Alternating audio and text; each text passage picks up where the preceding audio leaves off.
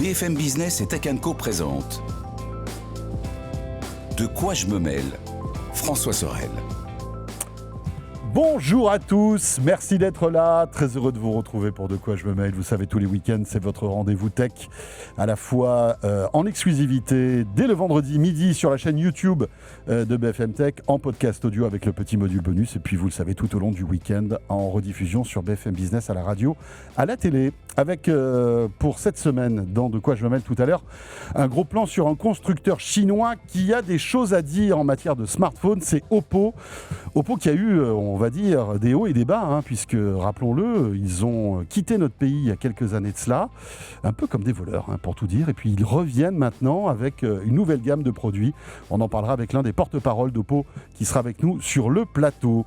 Le hashtag DQJMM, bien sûr, si vous voulez réagir à tout ce qu'on raconte sur les réseaux sociaux, et notamment sur X. Un grand merci d'être là et bienvenue à vous toutes et à vous tous. De quoi je me mêle sur BFM Business et Tech Co.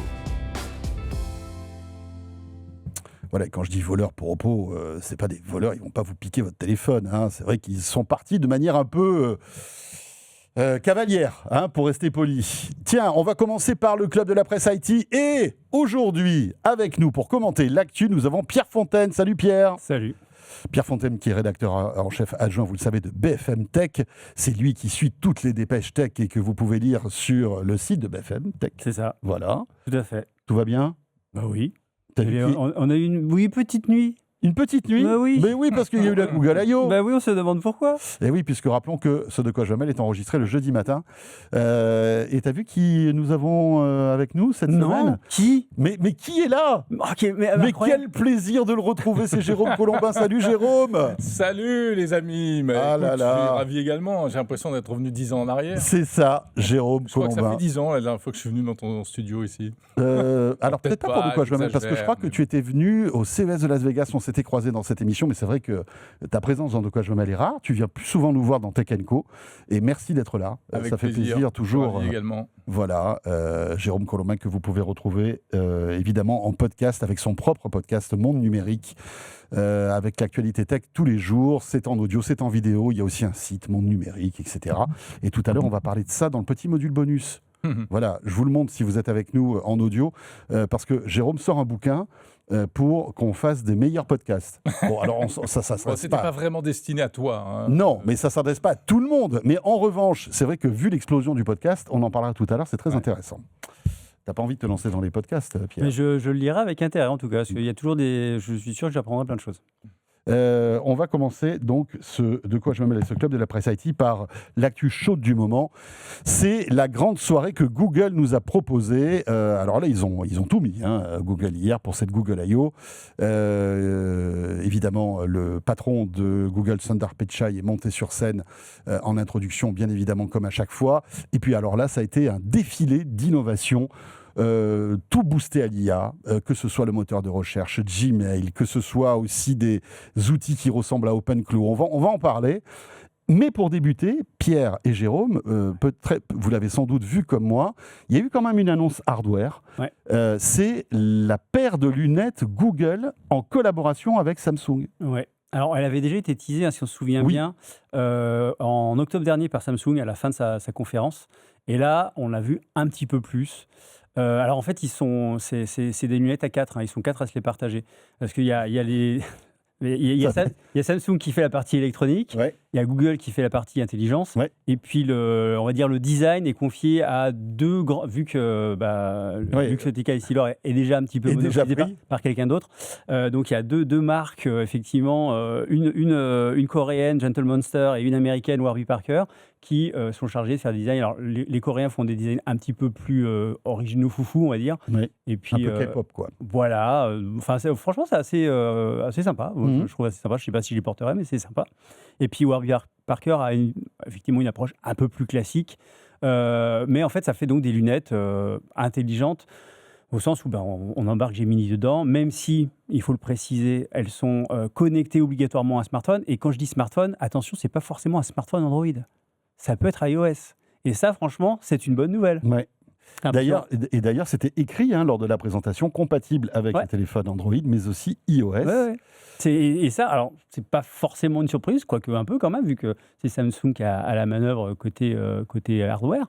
Mais je trouve que c'est plutôt intéressant. Et ce qui prouve aussi que l'intégration Gemini dans iOS permettra pas mal de choses, vu que c'est Gemini qui est aux commandes de la partie intelligente. Et on en parlera tout à l'heure. C'est vrai que les relations se sont quand même réchauffées entre Apple et Google. Alors, je ne sais pas si elles étaient vraiment très tendues. Ils sont concurrents sur certains domaines. Mais c'est vrai que, par exemple, sur le futur de Siri, on sait que c'est Gemini, donc forcément, ça crée des liens. Et ça va être intéressant de voir si, justement, c'est Apple qui a fait un effort d'intégration de ces lunettes ou si c'est Google et Samsung qui ont réussi à trouver des portes d'entrée, en fait, dans iOS. Et puis, est-ce que ce sera un accès complet ? Est-ce qu'on aura vraiment accès les fonctions, à l'intégralité Oui, parce qu'aujourd'hui, on peut connecter des montres hors Apple Watch. Oui. On a des fonctionnalités. Il y a eu des ouvertures sur les réponses. Maintenant, on peut répondre à des notifications via une montre qui n'est pas l'Apple Watch sur iOS. C'est une des conséquences, je crois, non ? Une des conséquences, des règles. Donc c'est que pour l'Europe. C'est pas pour les États-Unis. Il y a quand même des ouvertures parce que, comme on l'a vu sur le droit à la réparabilité ou ce genre de choses, quand il y a une grande région du monde qui décide quelque chose, il est assez rare que les autres ne suivent pas tôt ou tard. Mais là, effectivement, il faudra voir quel est le spectre possible. Mais après tout, on peut se dire il suffit d'une bonne connexion. Si tout passe par l'application Gemini, voilà. Alors peut-être est-ce que Gemini pourra aussi bien chercher dans les mails, dans Plan, parce que le but c'est aussi de savoir, par exemple, les quelques exemples d'usage qu'ils ont mis en avant. C'est par exemple, je suis dans un aéroport où je sors du métro, où est-ce que je vais Où est-ce que je vais dans les champs. Non mais où est-ce que je vais Bon Dieu. Et donc voilà, ça c'est un des exemples. Attention il y a l'exemple de prise de photos aussi, bien sûr. Il y a et puis Gemini qui est toujours là finalement. Mais en fait c'est voilà, avec lequel on peut dialoguer. Voilà, et en fait il y a deux modèles de ces lunettes. C'est ça, il y a un avec écran, donc on va avoir un petit retour, des flèches si on veut savoir où est-ce que je vais. Un peu la méta-display. Un peu la méta-display. Voilà, tout à fait. Ça, Donc il y a un petit écran et puis une version qu'ils appellent audio, donc sans écran, où on interagit oralement une fois qu'on a pressé le bouton pour la réveiller. Et puis ensuite, on a des retours haptiques et audio. Jérôme, j'ai l'impression que ça se réveille quand même dans le monde des lunettes connectées, avec donc Meta qui a un gros succès. Ouais. On voit que Google arrive aussi là-dessus. Ça fait un moment que ça bouge. Et moi, je trouve que Google ne pouvait pas faire moins que de sortir quelque chose. Là. Google, c'est quand même l'inventeur des Google Glass. Il y a 10 ans. Ben justement, moi je me suis dit, ils n'en sortent pas parce qu'ils sont pris un tel bouillon avec ce truc-là qu'ils vont attendre vraiment que ce soit au point pour en sortir une paire. Oui, mais enfin, l'échec, si on peut dire, des Google Glass, moi j'ai envie de dire, c'est pas de la faute de Google, c'est la faute des gens. C'est les glaçons. C'était le terme, c'est glaçons, c'était les utilisateurs qui étaient posés problème. Alors est-ce que les utilisateurs ont changé ? Le futur le dira. C'était il y a 12 ans, quoi. Donc c'est vrai que c'était une autre période. Même chose. Puis c'était pas c'était pas des lunettes, c'était un truc bizarre qui avait pas de verre, etc. N'empêche. Mais tu dis, il se réveille. Oui, mais il se passe énormément de choses sur les lunettes. Il y en a plein. On parle des quelques modèles emblématiques de Meta, de Google, etc. Mais quand tu regardes en Asie, ça y est, ça se vend partout dans les magasins. Au Japon, en Corée, il y a plein de modèles qui sont déjà disponibles. Il y a TCL qui fait des trucs super en Chine et tout. Donc c'est un peu normal. Ce que je trouve intéressant, c'est que derrière ce terme lunettes connectées, qu'on devrait peut-être abandonner, en fait, il y a plein de réalités différentes. Tu l'as dit, là, il y a deux modèles. Il y en a un avec écran, l'autre sans écran. Déjà, c'est une segmentation qui va jouer sur le prix, très certainement, mais qui va jouer aussi sur les usages. Est-ce que l'écran n'intéressera pas forcément tout le monde ? Et à l'inverse, certains ne verront l'intérêt de lunettes numériques. Moi, j'aime bien ce terme de lunettes numériques plutôt que lunettes analogiques. Au contraire, pour eux, seul l'écran, la réalité augmentée aura du sens. Donc, il y a un truc qui se passe. Mais le problème sociétal, entre guillemets, pour employer des grands mots, n'est toujours pas réglé. Est-ce que ce truc-là va se vendre ? Est-ce qu'il va trouver son public ? Est-ce que ça va intéresser des gens au-delà du cercle de geeks ou des excités qui veulent aller filmer tout le monde dans la rue. Et également l'acceptabilité, et là on risque de retomber sur les problèmes qu'a connu Google avec les Google Glass, de gens qui vont, on en a déjà parlé ensemble plusieurs fois, qui vont se faire taper parce qu'on a l'impression qu'ils filment tout le monde, etc. Et là, d'ailleurs, c'est un des problèmes qu'il y a avec les lunettes méta. Hein. Il y a des demandes de régulation plus strictes, parce qu'il y a plein de débordements, il y a des gens qui font n'importe quoi, des gens qui filment d'autres personnes contre leur gré et qui ensuite leur demandent d'être payés pour supprimer les vidéos.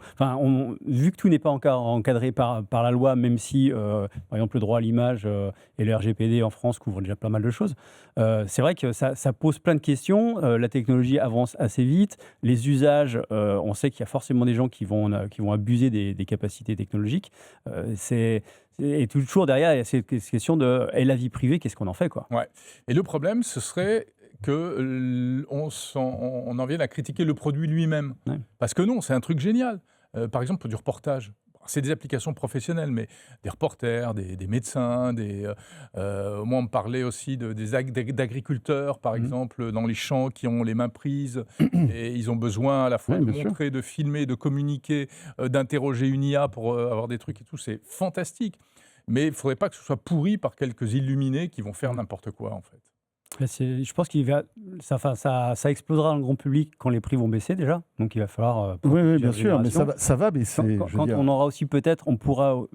C'est un peu comme pour aussi les montres connectées, quand on pourra un peu plus se passer du smartphone, peut-être que ça sera pas juste un accessoire, mais ça deviendra un ordinateur qu'on peut avoir sur soi plus facilement.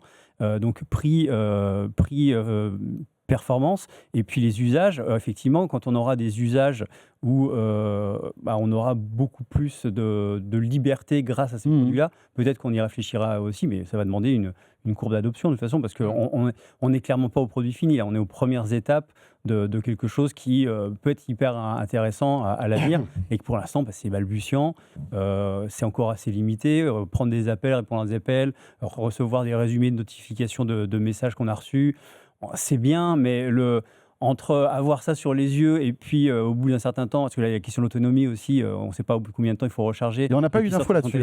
Non, il n'y a pas été donné. Sur l'autonomie, sur le prix, on sait que ça devrait sortir à l'automne prochain. On ne sait même pas si c'est les 2 modèles qui sortiront à l'automne prochain ou que le premier modèle sans écran. C'est très flou en fait tout ça. Alors, en fait là c'était un teasing. Ils ont fait du teasing. Ils ont relancé un teasing. Ils feront sans doute un event spécifique. Oui, je pense. J'imagine. Ou alors ils annonceront ça de manière plus sérieuse avec les Fold et les Flip. Ils ont dit qu'ils allaient profiter des mois à venir pour distiller un peu plus d'informations. Donc je pense qu'ils ne vont pas s'en priver pour entretenir le buzz, pour nous tenir en haleine aussi en disant regardez, il y a un peu plus d'informations. Il y a aussi Qualcomm qui a des plateformes techniques spécifiques à ce genre de produits qui vont monter en puissance performance. Aussi, il y a plein de choses qui jouent, je pense. Les Fold et les Flip, faut pas se tromper, c'est pas les Field et les Flops. Espérons que pour eux ce soit pas un flop. Parce que c'est vrai que quand la machine Samsung se met en route en général, c'est quand même assez impressionnant, parce que Samsung c'est quand même l'un des leaders dans l'électronique grand public. Mais rappelez-vous, typiquement leur bac connecté, ça a été un flop là, assez costaud quand même. On se demande d'ailleurs pourquoi et comment ils ont pu sortir un truc comme ça, d'une complexité à mettre en vente, parce qu'évidemment il y avait plein de tailles, plein de modèles, enfin c'était un truc, puis bon, c'était pas très beau entre nous, mais enfin tout ça intéressant, on va voir comment ça se passe. On referme la parenthèse hardware pour revenir sur l'événement donc d'hier de Google. Je le disais, de l'IA à tous les étages. Qu'est-ce qui t'a frappé toi, Jérôme, sur cette keynote? Franchement, on a du mal à suivre. Ça part dans tous les sens. Mais c'est dingue. C'est dingue. Il y a eu plein de choses. Mais il y a quand même des trucs super intéressants. Moi, ce qui m'a le plus frappé, c'est le Gemini Omni, qui va donc... Alors, je crois que c'est le modèle Omni Flash, exactement, qui va permettre de faire un pas supplémentaire vers la génération d'images par intelligence artificielle. Et c'est un pas qui est spectaculaire. C'est-à-dire que, on connaissait les images promptées, les images fixes promptées. Tu dis à l'IA, tiens, génère-moi une image de ci, de ça. Ensuite, les vidéos promptées. C'était Sora de OpenAI, mais qui est en train de disparaître. Oui, fais-moi un Jérôme Colombin sur un surf avec un chapeau. Voilà, c'est parti. Exactement. Entre-temps, c'était glissé Nano Banana, déjà de Google, qui permettait de retoucher des photos Donc, tu balances ta photo, tes images, tes photos de vacances, Mhm. et tu lui dis tiens, je sais pas quoi, rajoute des. Enlève-moi la Enlève-moi belle-mère. celui-là à droite. Enlève-moi la belle-mère, s'il te Enlève-moi la plaît. belle-mère, ouais. Ils ont vécu. Et là, eh bien, avec OmniFlash, eh bien, on va pouvoir retoucher des vidéos par intelligence artificielle. Donc, tu fais une vidéo tout à fait normale avec des vrais êtres humains dans le monde réel. Et puis ensuite, sur ton smartphone, tu lui dis tiens, ajoute-moi des tigres, ajoute-moi une tempête, ajoute-moi ce que tu Incroyable. veux. Et avec un génère la réalisme, vidéo. encore une fois, Avec qui un est réalisme bluffant. hallucinant. En tout cas, si on en croit les démos qui ont été faites hier. Et sachant qu'on peut aussi, ce que je trouve assez bluffant, c'est qu'on lui donne une vidéo et on lui demande ensuite d'extrapoler, par exemple, une rotation autour de la personne, et il va le faire en changeant de style de la vidéo, donc passer du photoréalisme à un style BD, ainsi de suite. Ouais. Enfin, il y a effectivement, une fois encore se pose la question sur quoi tout ça a été entraîné, mais c'est assez bluffant de voir la puissance créatrice qui est mise entre les mains de ceux qui payent les abonnements pour l'instant, et de voir le potentiel. Alors après, effectivement, ça remet en question plein de choses sur que deviennent les métiers des créateurs qui faisaient ça pour vivre avant. Alors, est-ce qu'ils vivaient est-ce que des particuliers allaient les voir en disant « J'aimerais bien que vous fassiez une vidéo comme ça ?» Je ne pense pas. Mais effectivement, si les c'est pros- une onde de choc Si qui les va pros bouleverser les choses. s'emparent de cet outil qui va devenir de plus en plus professionnel, Ouais, là, tout à ça fait. peut faire mal. Ah, bien sûr, bien sûr. On va pas réouvrir ce Ce débat, mais ça débat, mais va c'est- bouleverser beaucoup de choses. ça va Ouais. bouger, ça c'est Ouais, clair. c'est évident, ouais. Omni donc, intéressant. Ouais. J'ai vu qu'il y avait aussi un petit, c'est Spark, je crois. Ouais. Ouais, Gemini C'est Spark, l'agent. ouais. Gemini Spark, Mm. qui est un peu le open clos gentil Sous contrôle. de Avec une Google. muselière. C'est ça Oui, Tu peux bah, nous rappeler ce que c'est alors, en fait, donc, OpenClaw, c'était un agent qui donc IA, qui est donc capable de réaliser des tâches pour vous automatiquement. Je sais pas, vous lui dites par exemple, on en parlait tout à l'heure, classe-moi mes documents sur mon disque dur, Oui, oui. répartis-moi, voilà. Oui, Il fait ce plie-moi genre- mes photos. voilà, il fait ce genre de choses. choses. Là, évidemment, on est dans la galaxie Google, donc Spark va être capable de surveiller les mails, va être capable de gérer les Google Docs, etc., etc. Et Ouais, en fait, réorganiser, voilà. intervenir vraiment sur, Voilà, et le contenu, intervenir sur les fichiers, sur tout le- ça. sur les fichiers qu'on a, mais aussi on pourra lui confier des tâches d'organisation, lui demander de créer quelque chose, une to-do list interactive, et on peut lui lancer plusieurs tâches comme ça, et on pose son téléphone, on l'éteint, enfin on coupe l'écran, on va faire autre chose, et il travaille en fond comme ça pour nous. Et qu'est-ce qu'il peut faire, par exemple Parce que, tu vois... Il peut détecter les fraudes bancaires. Ouais. Des fraudes à la carte bancaire en analysant. Ouais, par exemple, si donc, il faut que tu lui donnes tes identifiants Ah, tu lui donnes tout, bancaires. ouais, il y a un moment, il faut. ta pointure. Il faut une prise de sang, d'ailleurs, pour que Bah, Spark c'est pour fonctionne. ça que je parlais d'environnement Google, c'est que la puissance des outils Google n'a de pareil que quand on est complètement dans l'univers Google Évidemment, ou quand on évidemment. confie les clés du camion à Google. Et on donne déjà beaucoup d'infos à Google. Oui. Oui, c'est d'ailleurs, d'une certaine manière, c'est assez amusant parce que c'est grâce à ces informations-là qu'ils ont pu entraîner aussi bien leurs IA jusqu'à présent. Donc là, on leur en donne encore plus. Qu'est-ce que va donner le futur? Je ne sais pas, hein, mais c'est assez. On est tellement heureux avec ce qu'ils nous donnent en retour. Tout à fait. N'est-ce pas Ouais, mais ça Tant veut dire- d'amour et ça- tant d'IA. Ça veut dire que Spark va pouvoir fouiner dans tes docs, dans tes mails. Mais ça, Gemini le fait déjà Oui. aujourd'hui. Oui, c'est sûr. Sauf que là, il en tire des actions, en fait. Oui, Oui, il peut modifier des choses. agir. Là, j'ai 45 mails, 30 PDF, etc. Est-ce que tu peux me faire, je sais pas, un résumé et puis une note et éventuellement de m'écrire un discours. Et puis l'envoyer à Et envoyer à machin, Bidule, etc., voilà, et puis ouais. traiter les réponses, Voilà. et puis Donc c'est aller me racheter du et ce qui est papier génial, parce que c'est j'en ai plus qu'on pour le l'imprimante. dit comme on vient de le dire, de manière, alors soit en l'écrivant, soit de manière vocale, et selon les démonstrations, toujours, il faut prendre des pincettes, il est capable de comprendre que les instructions sont reliées à différentes tâches. Il va organiser les tâches automatiquement et s'y atteler ensuite jusqu'à la fin, si il n'a pas besoin de nous, ou à un moment, il dira là, j'ai besoin que tu valides quelque chose. Et dans ce cas-là, il faudra regarder de quoi il s'agit et répondre à l'agent.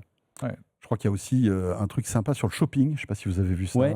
Universal Oui, Cart. tu sais, En une fait, espèce il va se rendre compte, il va les comparer pour toi si tu veux. Par exemple, je sais pas moi, une machine à café. Ouais. Il va aller voir sur le web s'il trouve moins cher, etc. Enfin, Ouais.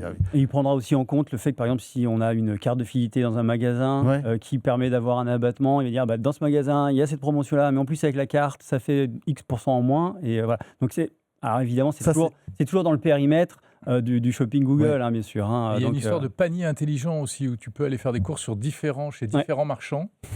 Lui, il réunit tout ça. Et il peut même analyser, par exemple, t'achètes un ordinateur, enfin je sais pas quoi, j'allais dire un ordinateur et une imprimante et ils vont pas être compatibles. Non, je parle d'un temps qui n'existe plus, heureusement. Mais vous voyez ce que je veux dire. Mais Deux trucs qui l'exemple vont qu'il pas donnait pendant la ensemble. keynote, c'était par exemple une carte mère et un processeur. Ouais, voilà. Et c'est dire, ça. là, en fait, c'est C'est pas la bonne Ouais, génération d'accord. de Donc la carte mère, n'a pas le bon socket. C'est un assistant shopping, quoi. Donc, C'est un ouais, personal il y shopper. a un Et côté. multiplateforme. Voilà. Et ça. C'est Non, mais c'est assez bluffant. Et il y a aussi derrière ça, ils sont en train de préparer l'avenir, parce que Google est toujours en train de préparer l'avenir. Ils ont proposé, en tout cas, ils ont annoncé un protocole pour que les agents puissent réaliser des achats pour nous. Mhm. Donc, effectivement, suivre par exemple, là, l'exemple qui était donné, c'est je veux mettre 10 euros dans, je ne sais pas quoi, un truc quelconque, Une batterie. mais je ne veux pas mettre plus, et puis je veux qu'il soit disponible pour telle date. Et en fait, l'agent va chercher, et s'il le trouve en dessous de ce prix-là, il va être en capacité de l'acheter sans validation, parce qu'on lui a dit maximum, tu mets 10 euros. Ok. Et derrière, il y a d'autres éléments, mais Google est clairement en train de dire, regardez, moi, j'ai développé un protocole, les gars, les autres e-commerçants, si vous voulez vous en saisir, allez-y. Et évidemment, c'est un avantage pour Google sur le long terme. Après, on joue quand même, Jérôme, sur l'ambiguïté de Google, parce que Google, c'est aussi les liens sponsorisés, c'est des marques qui payent Google. Comment ça va se passer dans le shopping, tu vois? On reprend l'exemple de Pierre, ta batterie à moins de 10 euros. Si en plus, le fabricant de cette batterie a une grosse campagne de pub sur Google, tu vois, enfin, ça pose plein de questions sur qui se posait déjà sur les liens sponsorisés, sur ce genre Oui, de choses, hein, mais déjà dans l'univers de Google. Sauf que là, il y a sauf que c'est effectivement, ça toi mène qui directement. décides finalement, tu vois, t'assumes en fait le fait Bien d'acheter sûr. quelque chose qui a été sponsorisé, à la limite tu t'en fous. Mais là, si tout se fait automatiquement, ça permet d'avoir une espèce de Oui, mais ils vont peut-être de zone grise, quoi. peut-être se cannibaliser un petit peu eux-mêmes, mais ils trouveront sans doute d'autres leviers de monétisation. En revanche, là où ça va faire très mal, c'est tous les gens qui vivent du trafic. C'est tous les éditeurs de sites web qui commencent à regarder ça avec une panique. Le système AI Overviews là, qui fait des résumés d'actu pour l'utilisateur, c'est formidable. Bon, c'est pas disponible en France. Hein. Comme, le AI mode n'est pas disponible non plus. Mais D'ailleurs, moi, je l'ai utilisé plusieurs fois aux États-Unis. Mais c'est super. Génial. Mais bien sûr. Génial. Ouais.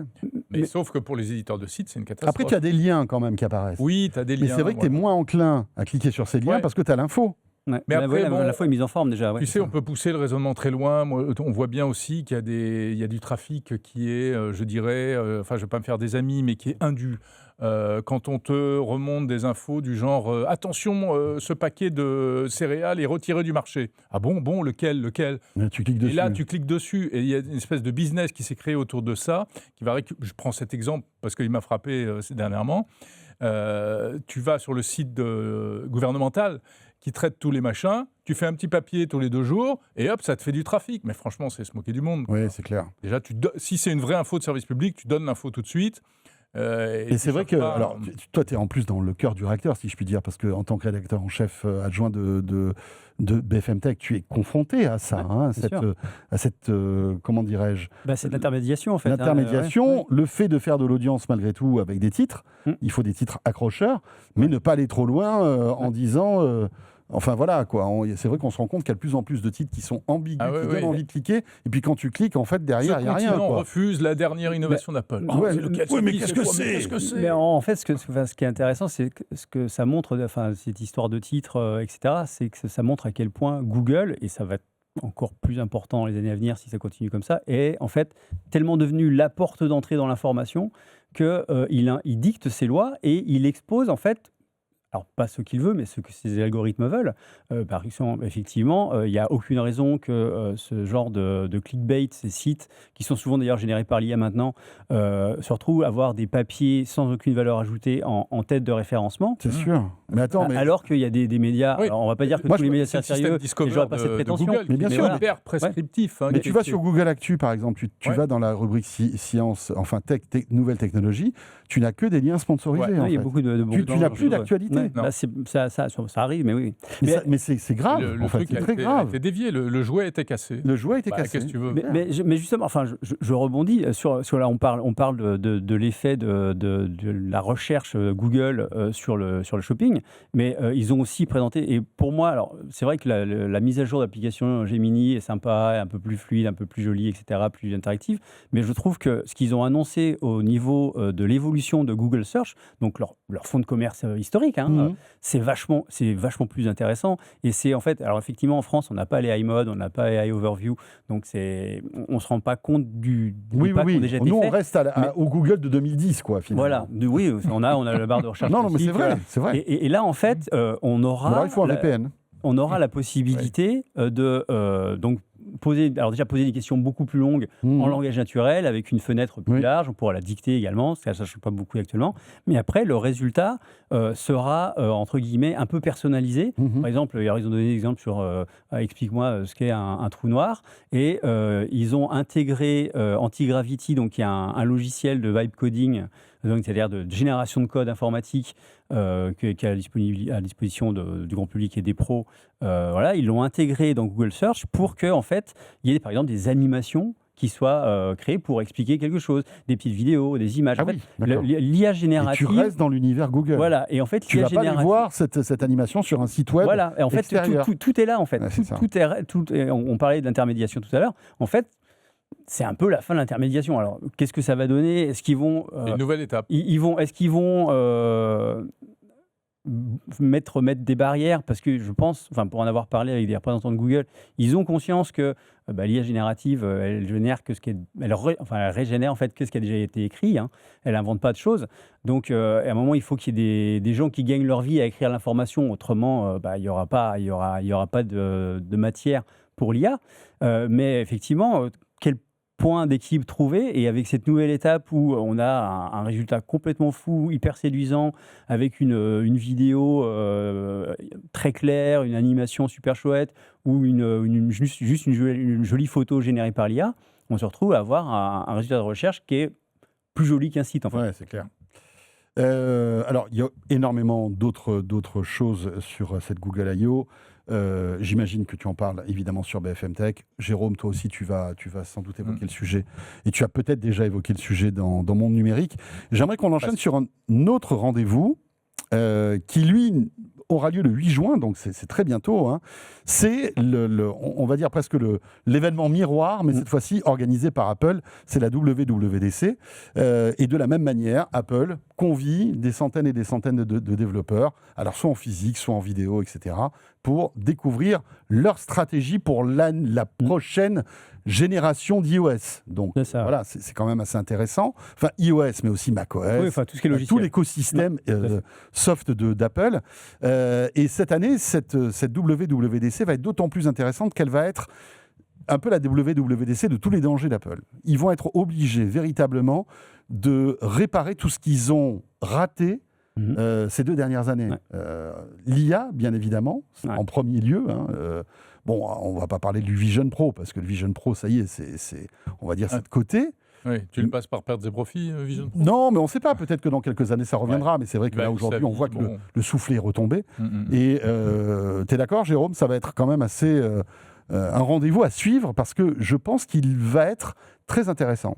Enfin, j'espère. Bah oui, et notamment sur l'intelligence artificielle, parce que ça renvoie à la fameuse keynote de 2024 où ils avaient annoncé monts et merveilles pour ensuite rétro-pédaler à toute vitesse en disant le truc, c'est que tout ce qu'on vous a promis, c'est pas du tout prêt.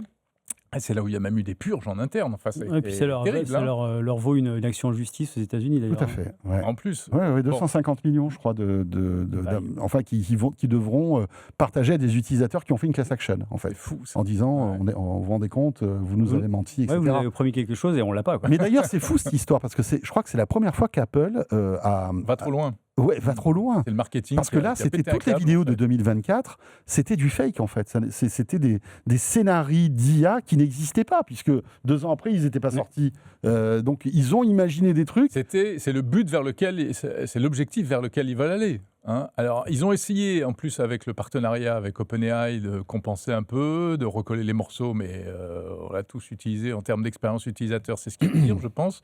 Interroger OpenAI via Siri. Pas optimal, on va dire, oui. C'est affreux.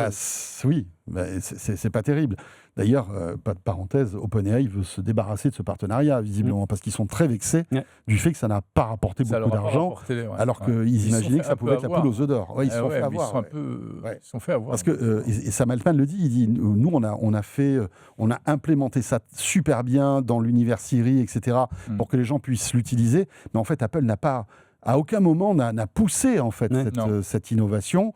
Et puis surtout, cerise sur le gâteau, 1 an après, il passait un accord avec Gemini, tu vois. Donc, voilà. Il est possible aussi que, alors il y a peut-être aussi du point de vue d'Apple, il y avait aussi une vraie volonté de préserver la vie privée. Hein. Ça, il avait vraiment insisté avec la possibilité même d'utiliser ChatGPT de manière anonyme. Et il est possible qu'il y ait eu des inquiétudes. Alors, d'après ce que Mark Gurman, hein, le journaliste de Bloomberg, qui est assez bien informé, qui disait que un des points sur lesquels Apple voulait être intransigeant, c'était la protection des données, et que OpenAI était peut-être pas super, enfin pas au niveau en tout cas selon eux. Ouais, mais bon, avant de signer ce partenariat, tu blindes ton truc. Oui, bien sûr. Mais après, je pense que, j'ai un peu l'impression que Apple était aux aguets, était un peu dos au mur. Ils se sont dit bon, hop, OpenAI, ça me permet de mettre un mot clé, de mettre un peu de service, de mettre un petit peu d'intelligence dans notre OS, parce que on avait fait une promesse, on n'y est pas arrivé, donc là, on propose quelque chose. On va mettre un gros pansement, un sparadrap sur un truc qui se voit quand même. Voilà, mais bon, c'était un pis-aller, quoi. Hein, voilà. Et puis, effectivement, là, l'arrivée d'un accord dont on parlait tout à l'heure avec Google devrait changer les choses. Ouais. C'est ça qu'on attend maintenant, c'est parce que la promesse, c'est pas de pouvoir interroger ChatGPT via Siri, via un fax, via un mail, c'est de pouvoir converser avec un super Siri qui serait enfin à la hauteur et qui sera donc boosté cette fois, on le sait, par Gemini, mais qui Gemini n'apparaîtra pas en tant que tel en fait. Ils vont récupérer la techno. Ce qui est amusant d'ailleurs, c'est que Google a quand même lancé son Gemini Intelligence. Ils ont même piqué le nom d'Apple avant de fournir la technologie à Apple. Mais est-ce qu'on en aura pour notre argent avec cette keynote ? Ça, c'est la question. Ou bien est-ce qu'on va être déçu ? Ce sera difficile à dire sur le coup parce qu'ils vont nous en mettre plein la vue, mais il faudra voir après si les promesses sont tenues. Mais ils vont être scrutés parce que quels vont être les délais aussi ? Est-ce que l'implémentation de Gemini dans Siri est prête ? Est-ce que ça va arriver là avec l'iPhone 18 ? Est-ce que ça va arriver dans les bêtas avant ? Il y a plein de questions en fait. Il y avait en début d'année, il y avait une rumeur de planning d'arrivée justement de Siri Gemini fin de printemps. Finalement, c'est pas arrivé, donc on peut se dire qu'ils ont fait en sorte que ça soit prêt pour les bêtas et que pendant l'été, il y aura une utilisation qui montera en charge un petit peu et que ça sera dans les versions de l'iOS 27, iPadOS 27 et macOS 27 qui sortiront à l'automne. Ouais. On peut l'espérer évidemment, hein. Et ils ont tout intérêt à le faire en fait. Et une fois encore, d'après les rumeurs et petites fuites d'informations, ils sont en train d'essayer Apple est en train de mettre de l'IA un peu partout. Alors, quand je dis ça, il faut peut-être rappeler qu'ils ont commencé à mettre de l'IA dans iOS il y a très très très longtemps. Le machine learning, ils ont été parmi les premiers à miser dessus. Voilà. Mais là, effectivement, l'IA générative, c'est là qu'ils se sont pris les pieds dans le tapis, notamment parce qu'ils n'avaient pas suffisamment d'ensemble de données pour faire de l'entraînement. Parce que aussi, l'IA générative souffre de problèmes insurmontables à ce jour et qui sont inacceptables pour Apple. C'est les hallucinations, l'absence les possibilités d'erreurs énormes, et puis la nécessité d'accéder aux données en profondeur. Donc tout ça, pour ensuite les remonter sur des serveurs. Et tout ça, ça ne colle pas avec la philosophie Apple. C'est pour ça que là, dans le cadre justement de ce partenariat avec Google, ils vont utiliser... Alors, dans quelle mesure ça sera leur serveur c'était comment les... Private Compute Server, je crois. Non, c'est PCC, je me souviens plus ce que c'est. Enfin, c'est des serveurs avec, Oui. où ils avaient annoncé, voilà, il y aura même des sécurités en cloud, tout est sécurisé, etc. Est-ce que ça sera vraiment ces modèles-là qui feront tourner Gemini? Je ne sais pas, mais en tout cas, ils ont annoncé que ça serait sur des serveurs maîtrisés par Apple, avec un vrai centre d'intérêt posé sur le respect de la vie privée. Ouais, c'est pas un Gemini connecté à Google. Non, quoi. En c'est gros, voilà, ça. ça sera vraiment un Gemini, peut-être presque en marque blanche, un Oui, petit c'est peu ça. contrôlé par Apple. Ouais. Et alors, c'est là où moi je pense qu'on n'est pas quand même au bout de nos surprises et Apple pourrait vraiment marquer des points parce que justement, la carte qu'ils ont pour respecter cette exigence sur la protection de la vie privée, etc. et tout, ça veut dire notamment faire de plus en plus de traitements en local. Et tu m'arrêtes si je me trompe, mais on dit qu'aujourd'hui, c'est eux qui ont les meilleures puces pour faire de l'IA générative, y compris à l'intérieur d'un smartphone aujourd'hui, Ouais, mais de aujourd'hui- l'inférence en tout cas. Aujourd'hui, on est d'accord, ça sert à pas grand-chose. Mais non, mais demain, c'est eux qui seront les mieux armés. Ils ont le moteur. Si tu mets le carburant, c'est parti. Hein, c'est eux qui. Ouais, mais oui, voilà. Mais après, la puissance, t'imagines la puissance qu'il faut pour faire tourner un Gemini en local qui va répondre à la plupart de tes questions. Bah, pas à tout, justement. C'est oui, là oui. où il faudra. Mais ça faudra complexifie niveau, le truc, etc. tu vois. Oui, C'est-à-dire qu'il faut que tu aies plusieurs niveaux. Et pour tout ce qui concerne ta vie, Oui, à mais toi. c'est déjà un peu le cas. Même sur les smartphones Android, on voit bien, il y a certaines fonctions qui sont en local. Oui, la trad, Oui, des voilà, choses comme ça. Ce qui Ouais, demande bien des sûr. petits modèles qu'on arrive à vraiment bien réduire et à mettre en local. Et puis dès que ça devient un petit peu plus sérieux, on va interroger le cloud. Mais c'est pas insurmontable, ça. Enfin, pour moi, oui, mais pour un ingénieur, non. Donc, frottons-nous les doigts et les mains. Ça Voilà. va être sympa le 8 juin. Et puis, il y a un autre chapitre intéressant lors de cette keynote, c'est un peu la passation de pouvoir. Tout à fait. Ouais. Ouais. Entre eux. Ça sera hyper symbolique, ouais. Voilà, Tim Cook qui va prendre du champ. Là, ça hein. sera sa dernière WWDC Et John en tant que CEO. Voilà, c'est ça. Qui va l'ouvrir cette Et ben voilà. conférence Ça va être intéressant. Est-ce que c'est Tim Cook Ouais. qui est toujours le boss Tim, John jusqu'au ou premier les deux mains dans la main. Jusqu'au 1er septembre, c'est encore Ouais. Tim Cook, tu vois. Alors, Mais est-ce peut-être qu'ils vont qu'il ouvre avec John Ternus Ferme. Voilà, savais mais, pas, mais voilà. comment va être introduit John Ternus, qui va être le nouvel incarnant finalement d'Apple? Ça va être hyper intéressant. Est-ce que avec son arrivée, il y aura aussi peut-être je sais pas moi, un nouveau vent peut-être d'innovation, ou est-ce que finalement ça va rester, tu vois, dans la continuité? Ça va être intéressant de voir si Ternus veut marquer un petit peu son territoire en ayant une communication un peu différente. Il ne le fera pas le premier jour. Hein. Non, non. Et sachant que, là, on parle d'Apple, hein, c'est un gros bateau. Donc, les changements que lui va vraiment implémenter, Il les ils verra vont en arriver 2038, beaucoup plus comme le tard. porte-avions. Et là, en fait, ça va être... Je pense que Apple là-dessus est très, très intelligent, et je suppute que les décisions qui ont été prises dernièrement par Tim Cook Ouais. ont été aussi validées, ou en tout cas Et puis passées Ternus était le patron du hardware, donc oui. ça veut dire que finalement c'est il ça a que je dû trouve intéressant, insuffler aussi depuis plusieurs années le futur du hardware chez Apple. Espérons-le qu'il ait pu aussi. Et c'est ça qui est intéressant, c'est de dire on a à nouveau un homme vraiment de produit qui est ingénieur de formation, donc qui a aussi une vision qui va avoir une vision intéressante du logiciel, beaucoup plus main dans le cambouis, on va dire. Et donc avoir une personne comme ça, alors que les grands enjeux de l'avenir, on en parlait, c'est les lunettes numériques ou intelligentes, tu les appelles comme tu veux, qui sont le prochain facteur de forme. Ouais, c'est pas mal, le prochain facteur de forme qui va peut-être nous détacher de nos smartphones. C'est bien qu'il y ait quelqu'un qui ait ce profil-là pour y arriver, sachant qu'effectivement, il y a matériel et IA, c'est les deux trucs à équilibrer. Les deux mamelles de la tech. C'est les deux défis à mener à bien dans les années à venir. Ouais. Et on verra s'il est charismatique, s'il s'en sort bien sur scène. En tout cas, il sera comme les autres. Tim Cook n'était pas très charismatique au départ, il s'en tient super bien maintenant. Oui, enfin bien mieux. Pas super bien. De toute façon, il prend. Non, mais il a eu l'intelligence de dire. Moi, je suis Fallon non plus, quoi. Non, mais il a réussi à dire voilà, moi je suis pas Steve Jobs. Moi, ça me déplaît pas. Non, mais il est arrivé à dire moi je suis pas Steve Jobs, je vais pas tenir mon à une salle, je vais pas faire mes blagues, je vais pas, etc. Je vais jouer la carte de l'équipe, je distribue la parole, je mets en avant l'équipe, et c'est hyper intelligent. Il sera coaché comme les autres, donc il se tiendra bien comme il faut, les pieds qui ne bougent pas, avec légèrement les mains qui font écartés, comme ça, les coudes serrés, les mains comme ça. Ils sont tous comme ça. Voilà. Mais c'est la meilleure position pour faire une conférence. Est-ce qu'ils vont garder encore, tu sais, les 39% plus puissants que le précédent modèle? Forcément. Et oui, ça fait partie de l'ADN d'Apple. Écoutez, voilà, il y a plein de choses qui se profilent là dans les jours qui viennent. Autre rendez-vous à suivre la semaine prochaine. Voilà, mon petit doigt me dit que ça va bouger du côté de chez Amazon aussi. Hein. Non, on va pas trop en parler, mais jamais. on risque d'évoquer ce sujet très très bientôt. Eh bien, merci beaucoup à tous les deux, c'était top. My pleasure. Jérôme, quel plaisir de t'avoir dans De quoi je me mail, vraiment. Écoute, Un vrai plaisir, merci d'être là. Alors que moi, non. D'accord. Non, mais toi, Pierre, évidemment, mais toi, t'es là. Et il est parti en claquant la porte. T'es résident, c'est différent. Pierre Fontaine, rédacteur en chef adjoint donc, de BFM Tech, et Jérôme Colombin, donc de Monde Numérique. Vous restez avec nous. Dans un instant, on va parler d'Oppo. Tiens, quelle est la stratégie d'Oppo dans le monde du smartphone?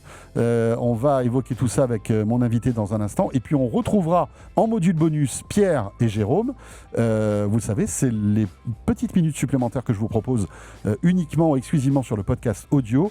Et on va parler d'une initiative très intéressante de la part de Jérôme, justement, qui veut nous faire des podcasts. Quelle drôle d'idée. Non, mais vraiment non, ça marchera jamais, les podcasts. Non, on le sait. Hein. Je sais même pas ce que c'est d'ailleurs. Mais voilà. Allez, à tout de suite et merci d'être là en tous les cas. De quoi je me mêle sur BFM Business et Tech & Co.